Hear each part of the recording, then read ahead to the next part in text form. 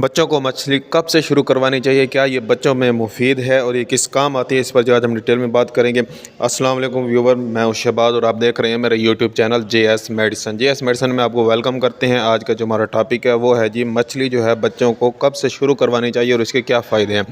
ये जो मछली है ये बच्चों में बहुत ही ज़्यादा मुफीद है। ये जो है आपके बच्चे के हड्डियों को मजबूत करती है, घुटनों में जो है ताकत देती है और इसके अलावा जो है आपके बच्चे के ग्रोथ में ये बहुत ही बेस्ट है और बेहतरीन किरदार अदा करती है।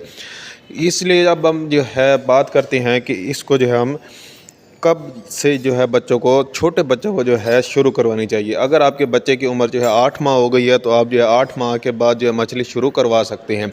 यानी कि आप जो है एक ही किस्म की ही जो है आपने मछली शुरू करवानी है। अगर आपको ऐसी और मज़ीद इन्फॉर्मेटिव वीडियो देखनी है और आपको हमारी वीडियो अच्छी लगी है तो हमारे चैनल को सब्सक्राइब करें और साथ में बेल आइकन को प्रेस लाजमी करें। मिलते हैं अगले वीडियो में, अब तक के लिए मैं इजाज़त दें। अल्लाह हाफिज़।